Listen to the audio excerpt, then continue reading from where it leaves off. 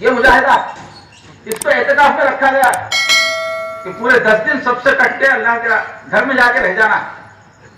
تو قرآن پاک آیا ہے جنتی بنانے کے لیے، دوزخ سے بچانے کے لیے. اور رمضان کا مہینہ جنت کا جانے کا راستہ بتاتا بھی ہے اور جنتی بناتا بھی. اگر کوئی رمضان کی عبادت صحیح انداز میں کرے تو عید کا چاند جب نکلتا ہے تو وہ جنتی بن چکا ہوتا ہے، اس کی مغفرت ہو جاتی ہے. تو رمضان کا مہینہ آ رہا ہے اور اس کے سامنے ہی ہم کو یہ قرآن مجید کا اجتماع بھی مل گیا ہے. تو ہم کو قرآن والا جو بھی ہے اس کو اللہ والا بننا ہے.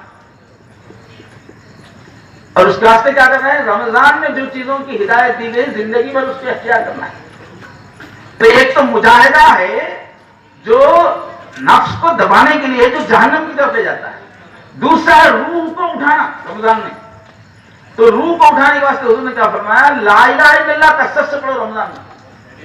لا الہ الا اللہ رمضان کا ترانہ ہے، اللہ ہی چاہیے مجھے، اللہ ہی چاہیے، اللہ آپ ہی میرے محبوب ہیں. لا الہ الا اللہ، لا الہ الا اللہ، آپ ہی میرے محبوب ہیں. محبت میں سب سے پہلے کیا ہوتا؟ جس کے اوپر کسی کے عشق کا غلبہ ہوتا پہلے اس کا کھانا پانی چھوٹ جاتا، بھول جاتا. کب دیکھو کھانا پینے کی طرف سے توجہ ہٹ جاتی ہے. وہ مثال ہے روزے میں. پھر جب محبت کا غلبہ ہوتا ہے، جب دیکھو محبوب کا خط پڑھتے رہتا. وہ جو چٹھی آئی اس کی 50 وقت 1000 وقت محبوب کی چٹھی پڑھتے رہتا. اور آج کل کے زمانے میں عاشق کیا کرتا؟ فون لے کے کام ہی کونے میں جاتا رہتا، باتیں کرتے رہتا.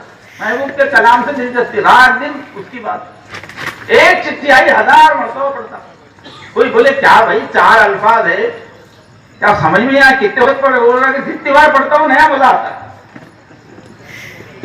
تو رمضان میں بھی وہ رنگ ہے کہ کھانے پینے کی طرف سے توجہ ختم، روزہ رکھا اور کیا کر رہا؟ رات دن محبوب کی چٹھی پڑھ رہا، قرآن پڑھ رہا ہے. اللہ سے ملاقات کی جگہ ہے قرآن، کثرت سے قرآن پڑھنا. اچھا اور محبت بڑھ جاتی ہے اپنے محبوب کی تو آدمی کیا کرتا ہے؟ اپنا ہے تو پورا پیسہ سب دولت محبوب پہ لٹا دیتا، کچھ نہیں رکھتا. اپنی محبوبہ کے واسطے ہر چیز قربان کرتا جاتا ہے. یہ رنگ کیا سکھایا گیا رمضان میں؟ حضور رمضان میں آندھی کی طرح سے سخاوت کرتے تھے اپنے محبوب پہ، اللہ پہ خرچ کرتے تھے. تو محبت کا تیسرا رنگ ہے کہ سب کچھ اللہ کے بندوں پہ قربان کر دو. اور جب رات دن محبوب کی کتاب پڑھ رہا ہے، خط پڑھ رہا ہے، رات دن اسی کی یاد میں کھانا پینا بھی چھوٹ گیا ہے اور پھر سب کچھ مال بھی خرچ کر دیا ہے، تو اب محبت کا غلبہ اتنا ہو جاتا ہے. عاشق میں جو سب سے آخری جو رنگ رہتا ہے، بڑھتے بڑھتے محبت، یہ حال ہوتا ہے کہ اس کو کہیں اس کو پھر چین نہیں ملتا. شیخ الحدیث نے لکھا باغ میں لگتا نہیں، صحرا سے گھبراتا ہے دل، ایسے دیوانے کو لے کر جائیں تو جائیں کا. عاشق کا دل کہیں بھی نہیں لگتا، بے چین ہوتا رہتا. چلو جائیں گے پارک میں بیٹھیں گے، پارک میں بھی نہیں لگتا. ذرا جا کے دکان میں بیٹھیں گے، وہاں بھی نہیں لگتا. سب جگہ میں بس آ کے بس کمرے میں پڑ جاتا محبوب کی یاد میں. رات دن محبوب کی یاد، ذرا خلل اس کو پسند نہیں ہوتا. یہ رنگ ہے 20 دن کی محبت کو ترقی دیتے دیتے یہ رنگ آ جاتا ہے اعتکاف میں کہ آدمی اپنا گھر دار ساری دنیا چھوڑ کے اللہ کے گھر میں آ کے پڑ جاتا ہے کہ بس آپ اپنا چہرہ دکھاؤ محبوب، ورنہ اسی چوکھٹ پہ میں مر جاؤں گا. پوری محبت کا رنگ ہے پورے رمضان کے اندر. تو رمضان کیا سکھاتا ہے؟ ایک طرف تو نفس کو دبانا سکھاتا ہے، دوسرے عاشقی کے پورے انداز محبت کے کثرت سے لا الہ الا اللہ پڑھنا، کثرت سے قرآن پڑھنا، جس سے اللہ کی محبت کا غلبہ ہو جائے. تو بہرحال رمضان کی مناسبت سے بہت ساری چیزوں کا مذاکرے کی ضرورت تھی، اس لیے کہ ایک مومن کی زندگی میں سب سے بڑا اگر کوئی خزانہ ہے، نجات کا راستہ ہے تو وہ رمضان ہے. حضرت علی فرماتے تھے کہ اللہ نے رمضان دیا ہے، اس کا مطلب یہ ہے کہ اللہ کسی مسلمان کو دوزخ میں بھیجنا نہیں چاہتے. اگر دوزخ میں بھیجنا ہوتا تو رمضان ہی نہیں رکھتے. ان کا بولنے کا مطلب ہے رمضان میں جنتی بننا اتنا آسان ہے کہ پھر کون دوزخ میں جائے گا. اتنا اچھی چیز ہے رمضان. اس وجہ سے آج کی محفل میں سمجھنے کی ضرورت تھی کہ ہم رمضان کو کیسے گزارے کہ ہم جنتی ہو جائیں.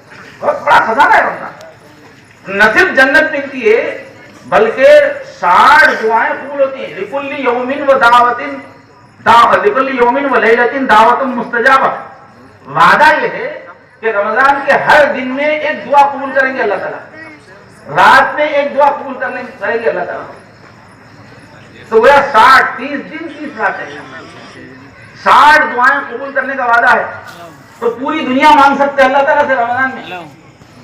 ایک ایک دن میں ایک دعا مقرر کر لیں آدمی، لکھ لے پر لسٹ بنا لے، 60 میری ضرورتیں کیا ہے، بڑی بڑی ضرورتیں 60 رہتی نہیں، کیا انسان کو سب سے کیا ضرورت رہتی ہے؟ ایک ضرورت ہے میری روزی کا انتظام اچھا ہو جائے، ایک گھر اچھا مل جائے، اور ایک بچے ہوں، اور ایک بچوں کی تعلیم اچھی ہو، بیٹیوں کی شادی اچھی جگہ ہو جائے، خرچہ نہ ہو، بیماریاں نہ ہو، ایک بڑی بڑی کچھ چیزیں۔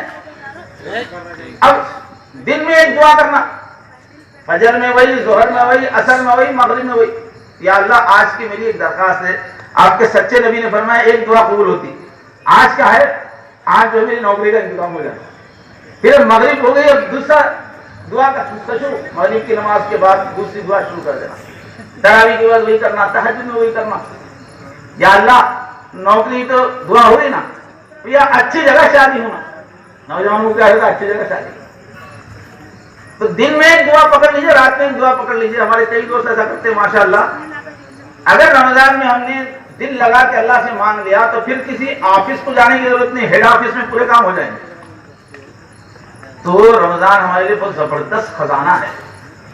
ضرورت اس بات کی تھی کہ سب رمضان کو سمجھے، ماشاءاللہ علماء کرام تقریریں کر رہے ہوں گے، اس وقت کی سب سے زیادہ عقل مندی کیا ہے، رمضان کی عظمتوں کو سمجھ کے اس سے فائدہ اٹھانے کے طریقے سیکھ کے اس پہ قربان ہو جائے رمضان پہ۔ اور رمضان ہی حافظ قرآن کے لیے دستور ہے کیسا جینا ہے، قرآن ملتا ہے تو کیا کرنا ہے وہ رمضان بتاتا ہے، امت کو بھی قرآن جب ملا تو کیا کرنا ہے وہ بتاتا ہے۔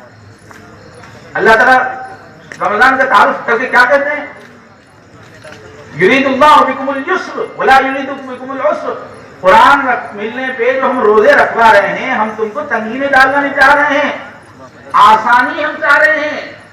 رمضان کی مشقیں کرو، قرآن والی زندگی ہو جائے گی، جنت والی زندگی ہو جائے گی، زندگی آسان ہو جائے گی، مشکل نہیں۔ اور آگے وَلِتُكْمِلُوا الْعِدَّةَ وَلِتُكَبِّرُوا اللَّهَ عَلَىٰ مَا هَدَاكُمْ، یہ پوری رمضان کی پوری مشق کیوں ہے؟ اللہ نے تم کو جو قرآن دیا ہے اس کے شکریہ میں کرو یہ، تو قرآن کو اللہ نے جو دیا ہے اس کے شکریہ کا انداز کیا ہے، تو رمضان ہے پورا۔